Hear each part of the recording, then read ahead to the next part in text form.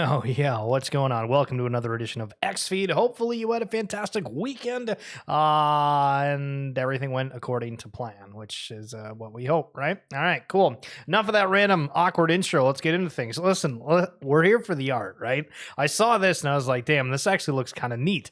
I don't know if this person did it. Oh, scroll over. Digital acid overdose, apparently. Guys, look at that. Look, how absolutely crazy is that abstract? If only we knew how to do art, maybe we could jump on board. Now, just kind of a food for thought comparison here. I didn't know who the hell Bape or a bathing ape was until Yuga and Bored Apes did a collab for merch with them. However, now that we're seeing them more and more, now that I'm paying attention to it, well, look, they got a partnership with Xbox. Kind of cool, and things in the moment that maybe I didn't appreciate because I wasn't educated, but kind of cool to see. All right, Adam Wheatsman here, who is the individual who I believe has some massive purchases within the Yuga Labs ecosystem, is joining Ember Sword, which is kind of interesting. Really excited to take this big step, joining forces with Bright Star Studios, with Ember Sword. Looking forward to the big things that we will accomplish together in the future with one of our largest Web3 gaming investments to date. So again, it's just highlighting some of the things up here. But again, the person that paid $1 million for the Dookie Dash Key joining up on Ember Sword, because I guess they're part of an investment group. Kind of crazy. Okay, Sir Joey saying the infograph illustrates the highest grossing media franchises and how they generate the revenue. These globally beloved brands have endured the test of time by featuring compelling characters, powerful storytelling, and continual innovation and innovation, I believe. So, oh my God, listen, what you get, apparently I can't enlarge in it because we're just going to lose it, but Pokemon, all the way up to 92.1 billion. Hello Kitty, surprisingly at the second here. And I don't know if this is an older graphic because I feel like I saw this before.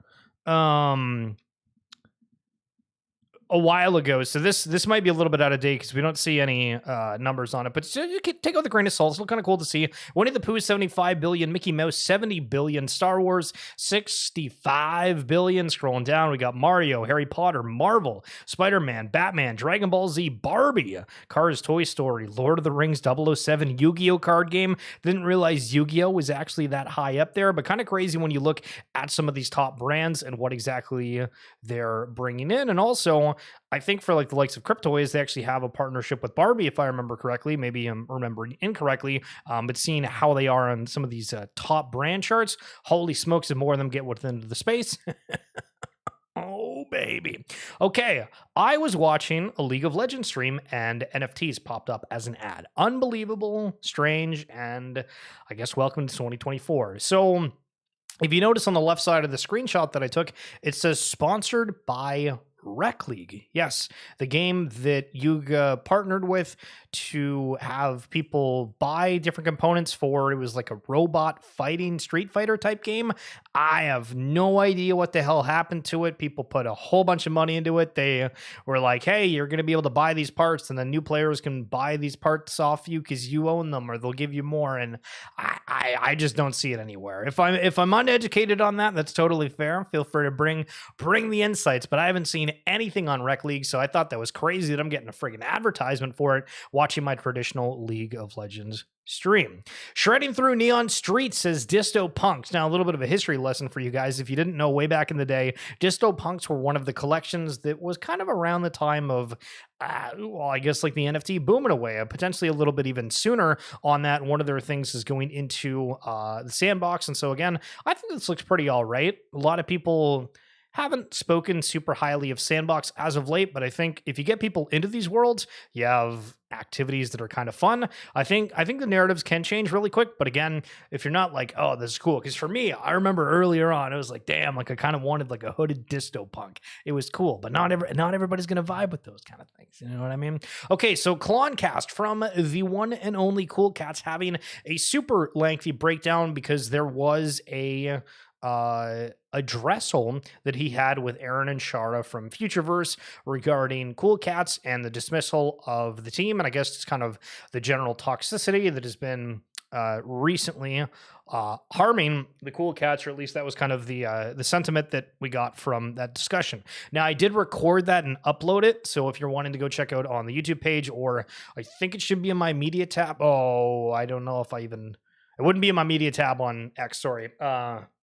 But if you go and check that out, you'll see there is a conversation that's like 20-ish minutes between Aaron, Shara, and Klon, but then there's an additional like 15-20 minute one that is of just Aaron with the Cool Cats community. But there was like an insane amount of backlash regarding this, people saying, oh, you're gaslighting, what the hell is going on, yada yada. And so there's a big post that went here, and this is what Klon had to say about it. First off, I want to address gaslighting. This was an honest question, and I asked, why did you join Cool Cats?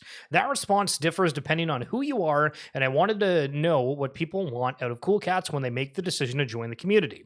Now, I feel like this is kind of an interesting point to bring up because there's like not really like a form of like, hey, Klon, here's why I joined the Cats, right? Like it's kind of just like an open town hall form. But like, I kind of get this is after the fact. I can't predict what everyone thinks, but the response I always get is that they like the art and want to support me as an artist. When Cool Cat started, yes, it was simply about the art, but eventually one of the founders was keen on hiring his old boss and turning this into a tech gaming focused company. A board of directors was formed, and I was not included in that. Thus, Cool Pets was formed and hurt the company in so many ways, but the biggest hit we took was losing our direction. Looking back, I wish I was more confident to stand up for myself, but I wasn't, so I'm equally at fault for this. So this is where the history, the awareness of being around back then kind of comes into play, because when you think of Cool Pets and the amount of excitement that happened at the time for it, because if you remember, every collection was touting, hey, we're doing a second companion drop from Untamed Elephants. They're supposed to have words like Pirate Treasure Booty Club, if you remember. There's all these random things, but the reason that so many of them sparked that was because Yuga Labs did that with their Mutant Ape Yacht Club. It was a huge success. People saw that, hey, I don't know if everybody was going for like the paid mint route of that secondary collection, where Yuga obviously did. But Cool Pets was this huge, exciting thing. And again, the narratives about, oh, this is going to be the on-chain Pokemon. There was a lot of weight behind this because, again, Cool Cats, for those of you that don't know, it came out at like 0.06 ETH to mint initially. And then within like 24 hours, because it wasn't an instant sellout, I don't know who was advising them at the time, but they were like, yo, you need to like cut your mint price. So they switched it from like 0.06 to like 0.03, if I remember correctly. And I was like, wait, hold on, what? You can give it a little bit of time. So obviously there was some like strange decisions that happened from the beginning to this, and there's other things that eventually we'll talk about one day. But anyway, at the end of 2022, Cool Cats became partners with Futureverse. This was for two big reasons: tech and entertainment. This is the yin and yang that Aaron and Char hold. It allows Cool Cats to continue to expand in Web3, utilizing their technology without having a large team of developers like we did with Cool Pet Days. So this is kind of cool, and obviously, like, I'm a huge Futureverse maxi in that regard, but I think that there's like a very common trend where people don't give enough credit to people that are developing tools for the people who create these brands and whatnot. You have a great idea, you have a community, how the hell can you implement it? Well, luckily, there's a new tech stack that also is heavily integrated in AI to make things a little bit simpler. And so this is potentially a realm where Cool Cats can get highlighted, where, for argument's sake, people will say, Cool Cats, what the hell happened to them? Well, okay, if you can bring Cool Cats back, have these exciting engagements, these experiences and whatnot, and everyone else that has these brands and IPs that try to do something in Web3 potentially still have a decent amount of their treasury yet, but they lack the tooling and individuals, which is highlighted here by Klon. Well, there we go. Dots get connected. Our job should be to stay hyper-focused on generating more content with my characters. This is why being able to leverage Char's massive network in the entertainment industry is so useful for Cool Cats. It's what landed us an animation studio and top talent VOs. The characters are tepid.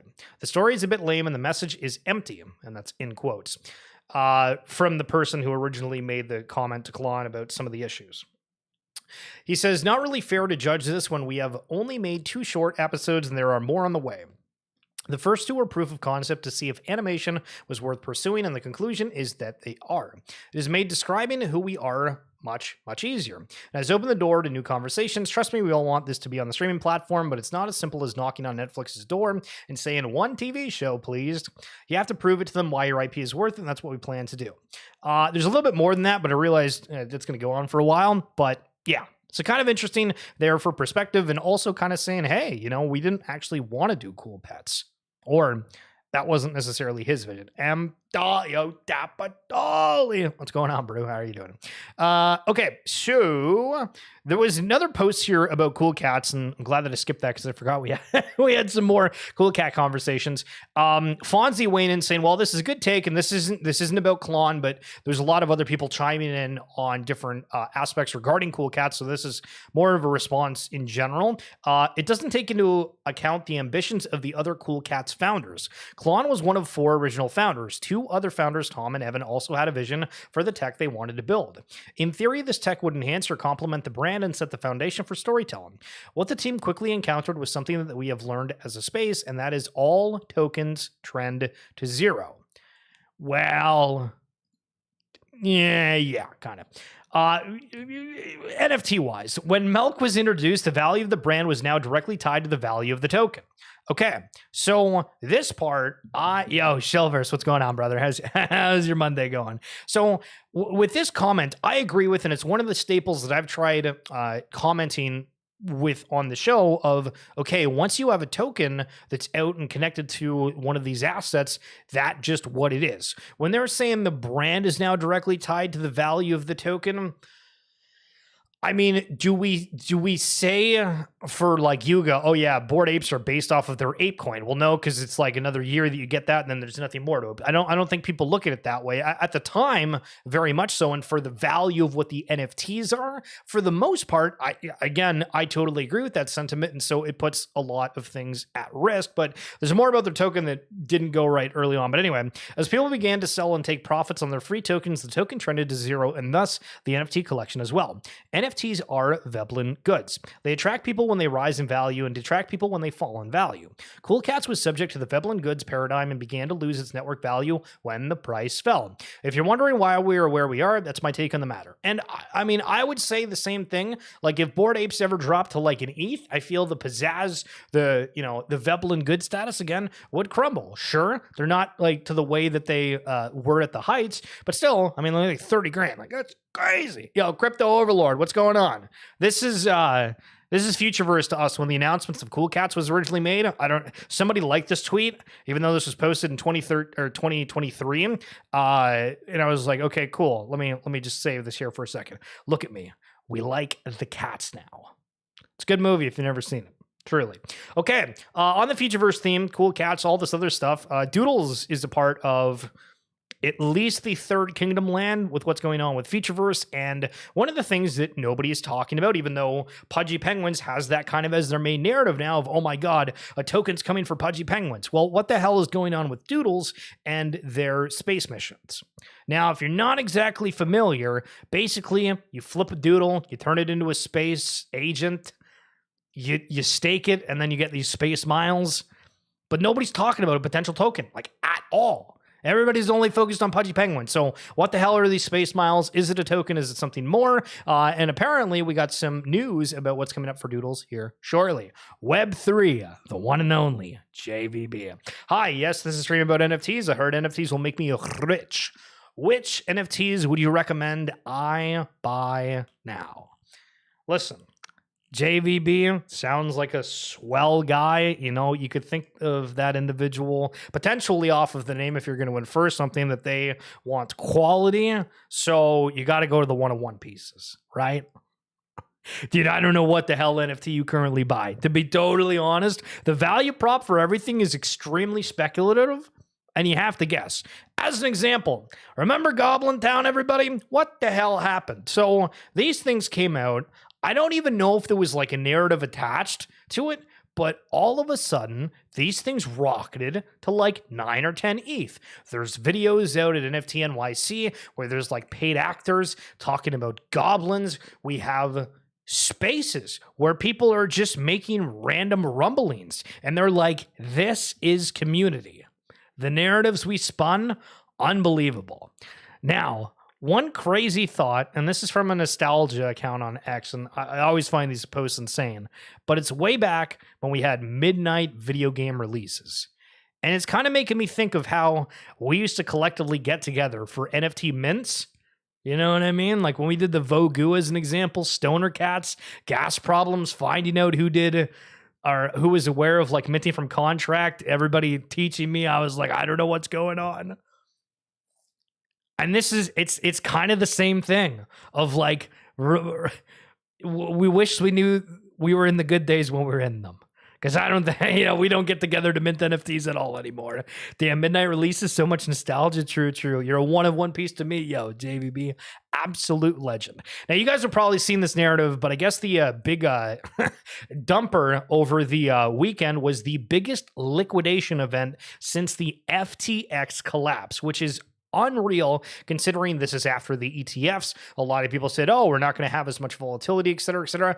But for argument's sake, did we really drop that much comparatively to just how many people are like, we're going to go to the moon and got wiped out? And this was posted on July 4th. So again, 4 days ago, but still, just in 110 million liquidated from the cryptocurrency market in the past 60 minutes. So 110 million in 60 minutes at one point of that weekend. And then if you don't know what Parsec Finance is, I realized I was following them. I've been like trying to go through my followers and just clean it up. Same with, guys, listen, you got computer folders, you got social media messages across. You probably never deleted your text messages too. They've been held on forever. I've been going through and like trying to clean stuff up. Same with like the following list of like, hey, there's different collections or people that don't really talk about my interests. Anyway, it's a great follow that gives a lot of different stats, so highly recommend it. But it breaks down actually the amount of liquidations that happened at different points with it, and it's just crazy seeing bam, somebody just lost 48K, somebody lost 62,000, holy smoke, somebody lost $400,000 in an ETH long. And you're just seeing that in real time. Unbelievable. And speaking of unbelievable, guys, we have some trades again. Bored Ape Yacht Club, the one that was in the I don't know if it's Sotheby's or Christie's auction, one of the auctions. Sotheby's, sorry, it says right there, got traded for 4 CryptoPunks. So I have to ask, would you rather 4 CryptoPunks or 1 gold Bored Ape? Now, I think you could make the argument that it depends on what time that we asked that question, because way back when Bored Apes were really getting a lot of attention, I mean, gold apes were just the bee's knees. But now, 4 CryptoPunks? I mean, 4 root punks? Silvers. Hell yeah, brother. I thought that was crazy that somebody did that trade, but maybe they're a genius. More stuff here from Parsec. Post Blur and Blast incentives has seen a huge decrease in daily NFT volume and conversely uptick in floor prices. So this is kind of crazy where you can see that like the volume just freaking dies for the whole market, but boom, all the prices are up. Which one do we want? The price is up or some churn in the market? But I feel like you kind of realize even more like how liquid things are now. And speaking of like the good old days, back in like early days when season 1 Blur, the bids were crazy. 4 CryptoPunks because I can sell a punk and buy the gold ape when someone floors it for liquidity. JVB's built freaking different. Well, I mean, actually, even to that, you bring up a great point, because if you use any of like the loan platforms, right, that are out there, you could probably get way more off of 4 CryptoPunks than you could on a single Bored Ape. But that said, we know that I'm forgetting his name right now. The guy that does the 9 clothing, 9cc, I'm forgetting what his name is, but he's got like the Ape CryptoPunk on like $1 million loan or something insane. It's crazy. We need an X space dedicated to Silo and Seekers. G Money, JVB, the historian. Thank you, good sir. Okay, talk about history. You've probably seen this on the timeline. It is one of the one-on-ones, JVB's favorite, Neon Village. This is artwork by Searlight. It sold for 28th, and again, $60,000. Most people would be like, okay, like, good piece. Maybe I don't have the budget for that, but not bad. Apparently, this is a bid that was made by 3 Arrows Capital. If you remember, that was a huge investor within the Web3 space that went like completely defunct. And I guess their wallet had a bid on this on Super Rare. And so 3 years later, it gets accepted. It's a crazy story. And yeah, that was just kind of adding to that context from there from Merp. Pre-search. Do you know what the hell pre-search is? A decentralized search engine with more than 4 million members. Now, I've highlighted this forever ago. I don't really use it a whole lot, but I'm, always keen to see what's going on. In the past 24 hours, pre-search recorded over 750,000 searches and over 11,500 token or points were issued as rewards. Remember to refer your friends, yada, yada, yada. So this is just the incentivization of the future, right? We're like, man, you got air miles for everything. And now I know that there was, Snow hit me up about it. I totally forget. It's like called Grass Protocol or something where if you download it on your browser, they can use like your unused internet. Then you get points for this. Here's a different search engine that you're going to get, rewarded in crypto points or currency to search on their engine. Like we're in a prosperous time in a weird way. And BYO Pills keeps on building. Second phase of the mobile eraser game will come out later this year thanks to the new funding round where an investor or investors supported the vision. So BYO Pills is a super old collection. Shout out Kaz if you end up seeing this. I know that he was super into that, and originally these guys just sold a pill that was supposed to be a trippy effect, essentially. So if you were to go in like a metaverse, you could have, I don't know, pretending that you're on like some crazy drug that makes you like see things type deal, or it's moving slowly, yada, yada. And they've obviously built out, instead of just having consumables in the metaverse, to having like their own kind of ecosystem in a way with games. And that is kind of cool. I've been using pre-search for years now. Yo, Shelvers. Hell yeah, brother. I was running nodes, but they became a bit matte in terms of return. That's tough, brother.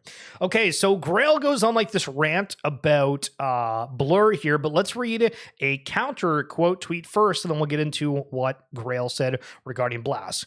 Close to word for word to what I've been saying since Blast farming kicked off, particularly this part. Not one single serious project chooses Blast to build anything real as I see it.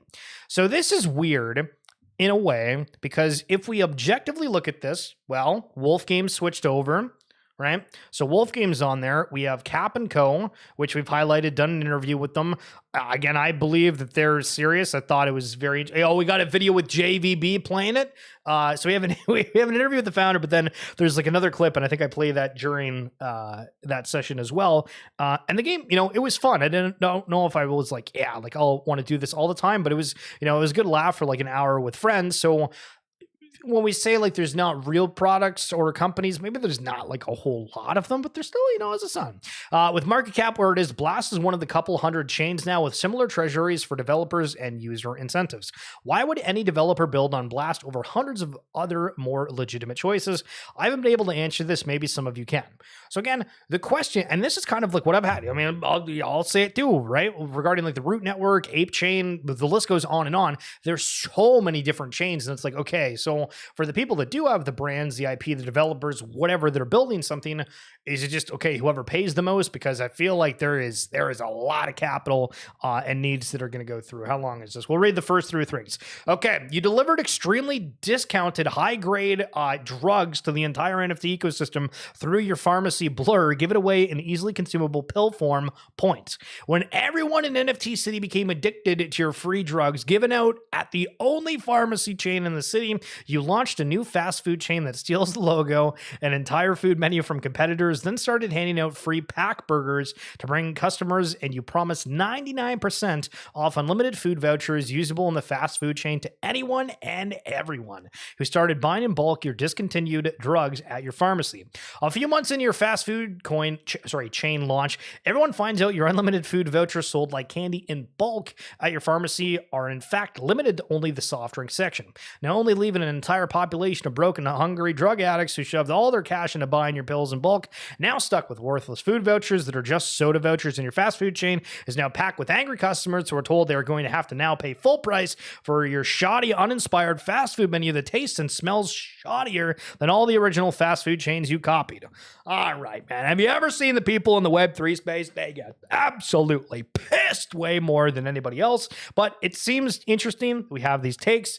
Again, a lot of fallout. Some some people loving stuff. I'm seeing Pac-Man way more on the timeline, but oh my goodness, is the timeline over in turmoil. We got people yelling at Klon that's just doing what he's trying to do with the collection. We got Grail losing his mind on a guy named Pac-Man. Like, what the hell is going on in this space? All right, Tim Sweeney here from Epic. Apple's DMA saga has taken a turn towards the absurd. Apple is now telling reporters that this approval is temporary and are demanding we change the buttons in the next version. Okay, so what the hell is this? It's kind of irrelevant, but the point being is like there's this back and forth here where he says the Epic Game Store app for iOS has now been unrejected by Apple and development is back on track. Now about those 9 to 16 day flight app approvals. And then we kind of go on, and here is another one. Apple blocked my account and deleted all my other apps. Instantly, $3,000 in daily revenue was gone. Here, developer Victor Sirelev shares the nightmare app launch story and why he intends to sue Apple. Okay, Shill, why are we talking about Apple? I got stock in this. Why are you fudding my bags? Okay, I'm not trying to fud your bags, first of all. Thank you very much. But it does show that there is this huge monopoly within Apple. The conversations around the decentralized, open, interconnected, yada, yada. I think there's a little bit more behind the scenes that's going on with these sort of things where people are realizing the problems that arise with having those. And if you have something such as the size as Epic Games does, and they're running into problems with Apple, well, okay, what other options do you have out there? Well, not necessarily a whole lot, but what if more things come out and more kind of people fight for like the good of that? And where exactly is that going to land? Well, maybe, just maybe, the metaverse, decentralized ideas, blockchain, maybe. Just a little bit of awareness thing. If you guys play Gods and Goblins, make sure your amulet, whatever kind it is, does show when you're playing. I realized that this is on the wrong amulet, or sorry, the wrong wallet when I first started. So just realize if you are playing, it's got to be in the top right corner.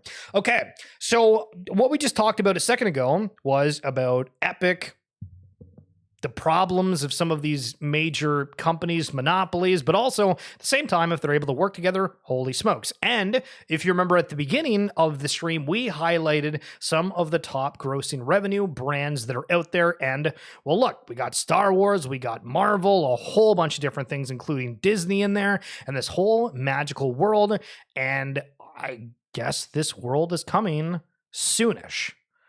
And now I don't want to get, a little bit too far ahead of myself or anything, but hearing the way that the Futureverse founders have been talking about every single brand, the masses are coming, we got everybody, yada, yada, yada.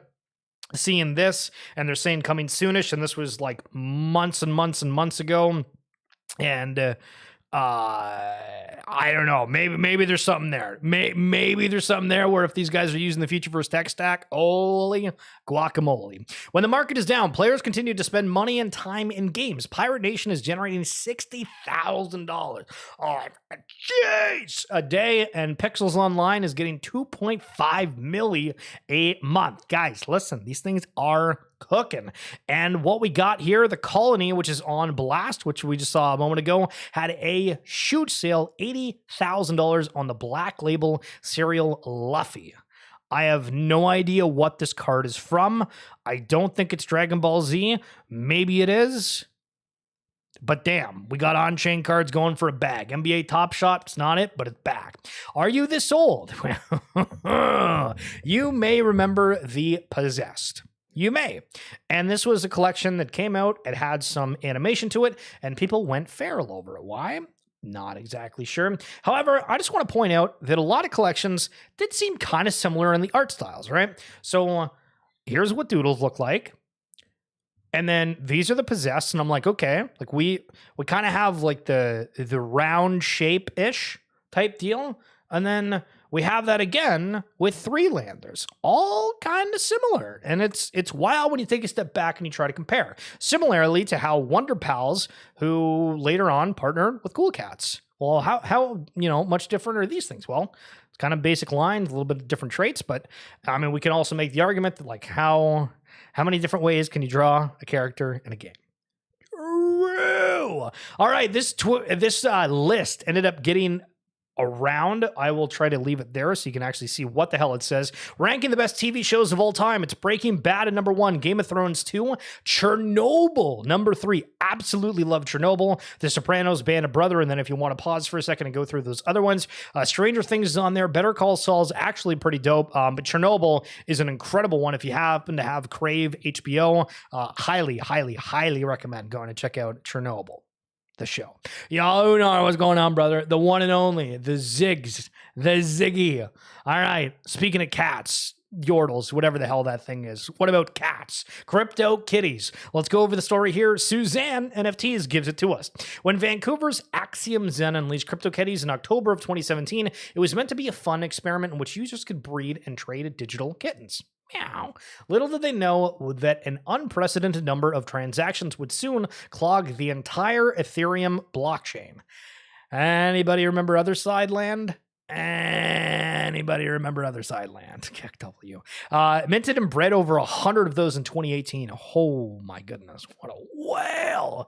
Dan Finlay, MetaMask. When I went to ETH Waterloo, I met this scrappy team who gave me a business card printed on the back of a Pokemon card.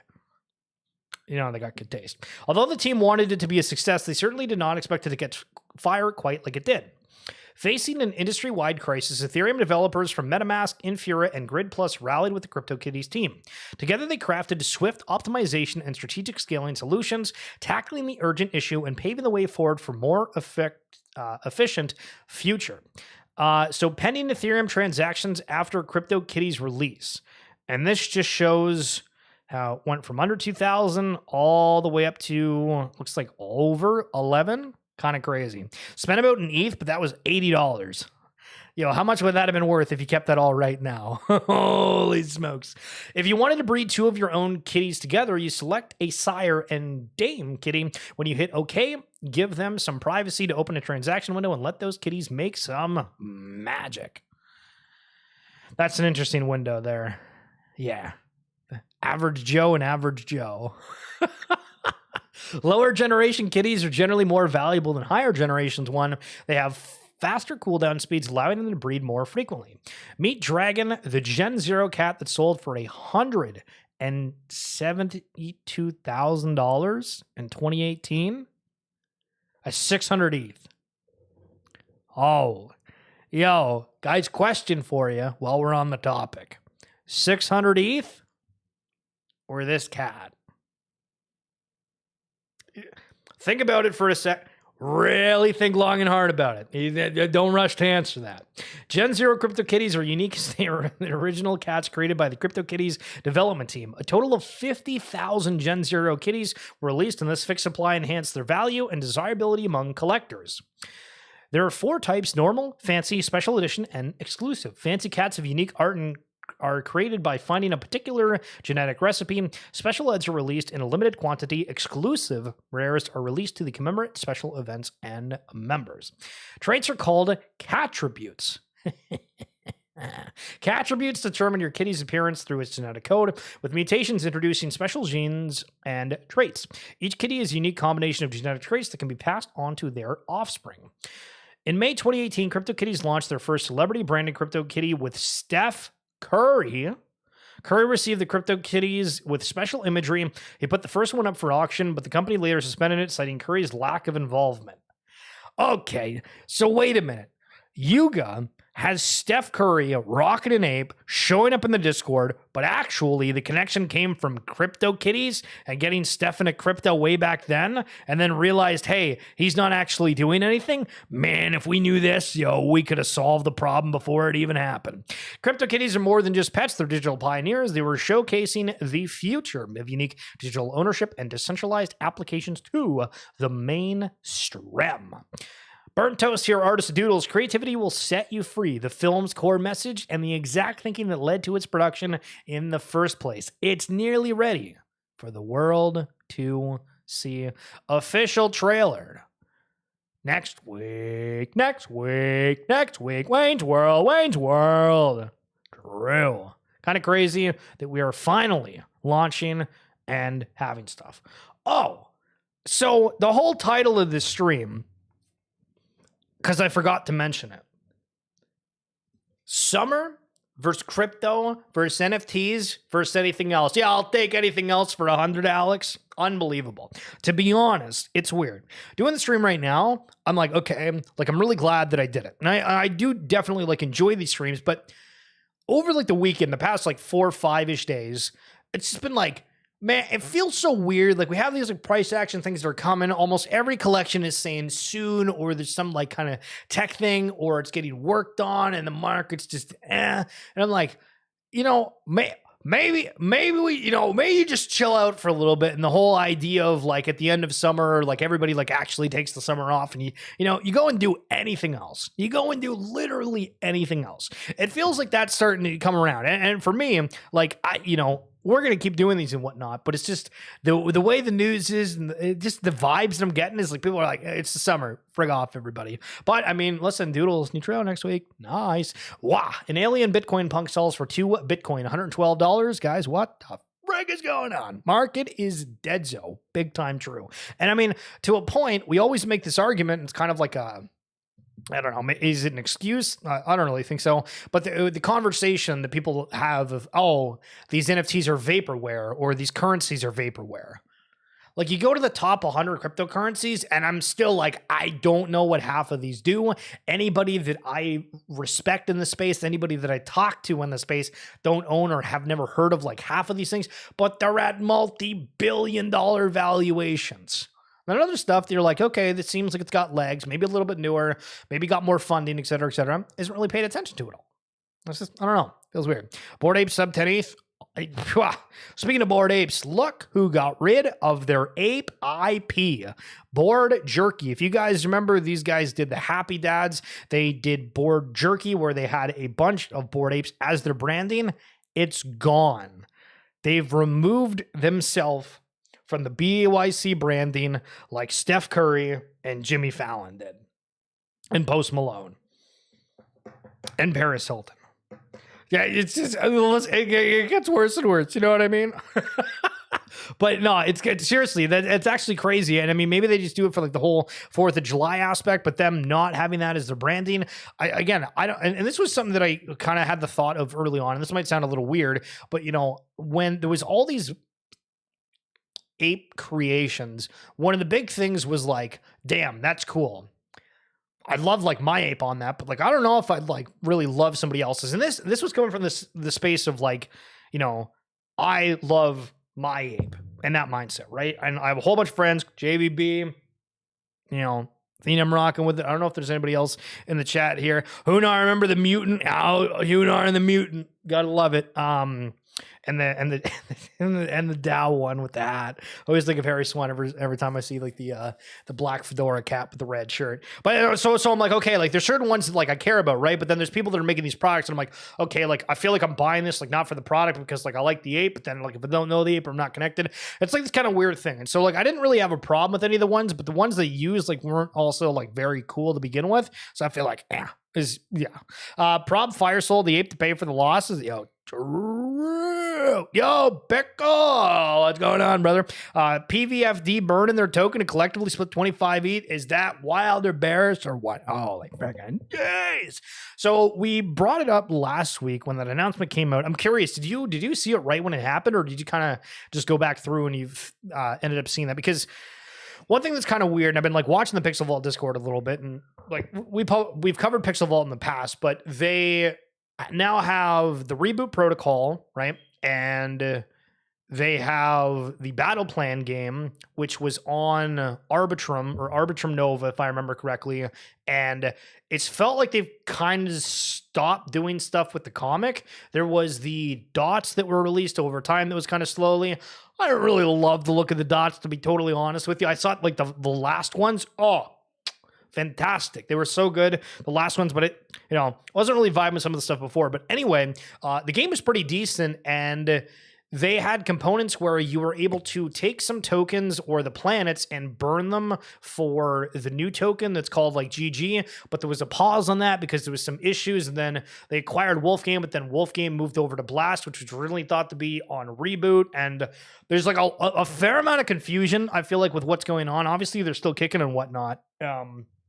But I mean, for the Founders DAO, I mean, my reaction to that is like, I don't think there's many people that are as excited about voting on things, having access to treasuries, yada yada, that want a say in that versus now. Again, like I think everybody's interested. I mean, we can go down the line of whatever, you know, your old favorite NFT collections are, et cetera, et cetera. But I think a vast majority of people have either moved on from certain things or just not cared about, kind of like how I talked about, I was going through my, who I was following, like removing things. I'm just like, I don't really pay attention to as much from certain people, because the amount of people that I follow that are doing like hardcore things to meme, and I'm like, I don't even know your username. We've never chatted before. I don't know if your account got sold or what. But I mean, 25 ETH is pretty substantial. We'll end up seeing if many people do that. And further to that, the Top Shot lawsuit, not sure if you saw that. That's kind of crazy. Went back though. What nice with through. Sorry. Are any NFTs booming? It feels, I mean, do we say the whole Pudgy Penguins thing? You can take a look here quick. Let me zoom in for you. I mean, so Pudgy Penguins at 10.38, Milady 4.83. These are all in ETH terms for anybody that's listening on audio. Bored Ape 9.44. So again, about an ETH less than Pudgy Penguins. Captains at 2.55, which is pretty high. Rap CryptoPunks 30. Azuki 3.62. Zagabond's been on. Have you noticed the founders of these different collections have been like talking a lot more on the timeline recently, and like also trying to like act bullish with things? Just saying, seems like a thing. 35 was the last time I saw that were burning. Okay, so that's, you know, that's not too bad. That's not too bad. At the midpoint of this on-chain summer versus last, the number of builders is 10x higher, the products are 10x better, the onboarding is 10x easier, and the energy is 10x more electric. Ignore the prices, keep building, stay based, and onboard a new person on-chain every day. Good sentiment with this, and I, you know, for argument's sake, because I was thinking about this, I was like, do I agree that the products are 10 times better? Would you agree with that statement? And I think I came to the conclusion that the products are not great. So 10x from not great, okay, I'll buy it. You know what I mean? Like it's kind of like the perspective on what's the scale of things. So that's my takeaway with that. Anywho, that does it for this edition of XFeed. Guys, it was good seeing everybody today. There was so many people hanging out in the chat. Frig, it's decent. If you guys do want to send notifications on X, I'll try not to post too many crazy things. But it does ping every time they go live, or if you're on YouTube or Twitch. Would love that. Dolly Silvers, Crypto Overlord, JVB, Divine Hypnotode. Who else we got in here? Yo, yo, D-Gen, what's going on? Yo, you too, baby. Yeah, and the one and only Pickle. Listen, Pickle, I liked your tweet today. Then you liked mine. Now you're in the stream. Listen, maybe I just got to interact with Pickle on X more. You know what I'm saying? Yo, JVB, 10 out of 10 show, 101. Yo, you're an absolute legend. Thanks for the updates. I got to run. P.S. That Silo dip. Yeah, nobody look at Silo. Holy sugar. Yo, got to get that root. Thank you for popping on.